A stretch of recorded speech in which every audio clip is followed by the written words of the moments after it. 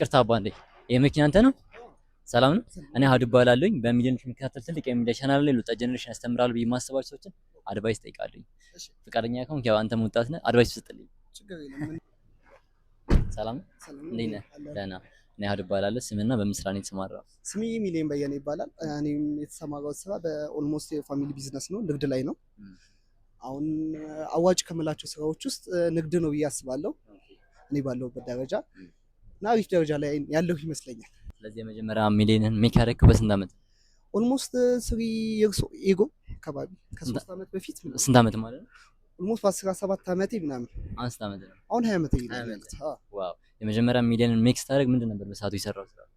የዛኔ ፋሚሊ ሰፖርት አድርጎኝ ነውና በፋሚሊ ደረጃ ነው። ኦልሞስት ግን አሳክቸዋለሁ። የፋሚሊን ደስታም አይቼበታለሁ ብዬ አስባለሁ። በጣም አሪፍ። ስለዚህ አንተ ተርኒንግ ፖይንት ፋሚሊዎች ሰፖርት አድርገው ነው ወደዚህ ቢዝነስ የገባው ማለት ነው? ወደዛ እነሱ አገዘውኝ ነው፣ ሰፖርት አድርገውኝ ነው።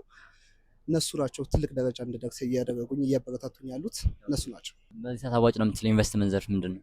እኔ በዚህ ሰዓት ያዋጣል ብዬ የማስበው ነገር ቢኖር ንግድ ነው። እኔ ያለሁበት ደረጃ በጣም አሪፍ ነው ብዬ አስባለሁ። ቆንጆም ነው ያለው።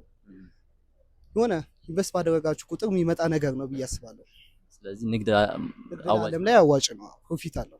ስኬት አንተ ምንድን ነው? ግብ ማሳካት ነው። በቃ ያሰብከውን ነገር ካሳካ ስኬት ነው። ያሰብከውን ስተገብረው ሁልጊዜ ስኬት ነው። አንድ ሰው ስኬታማ ለመሆን ቀመር ያስፈልገዋል? እንዳመጣጡ ምንድን ነው?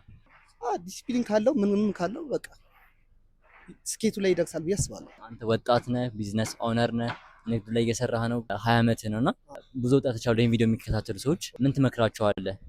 በቃ የያዙትን ነገር እንዳይለቁ ብቻ በያዙበት ቦታ ላይ እንዲቀጥሉ እሱን ነው የምለው። ምንም ሌላ ነገር የምለው ነገር የለኝም። የያዛችሁትን ነገር እንዳትለቁ ባይ ነኝ። እስካሁን በህይወት የተማርኩት ስለ ገንዘብ ትልቁ ነገር ምንድን ነው?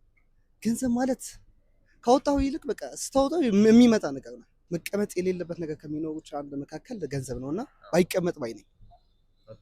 ብትንቀሳቀሱበት ምን ብትሉበት አሪፍ ነው። አሁን አንተ ወደፊት ባሳካው ብለህ የምታስባቸው ማለት ወደፊት ብሰራቸው ብለህ የምታስባቸው ነገሮች አሉ? አሳካልኝ ከፈጣሪ ጋር ትላልቅ ከፋሚሊዎች ጋርም ከጓደኞቼ ጋርም ቢሆን እንድሰራቸው ማሳካት የምፈልጋቸው ነገሮች አሉ።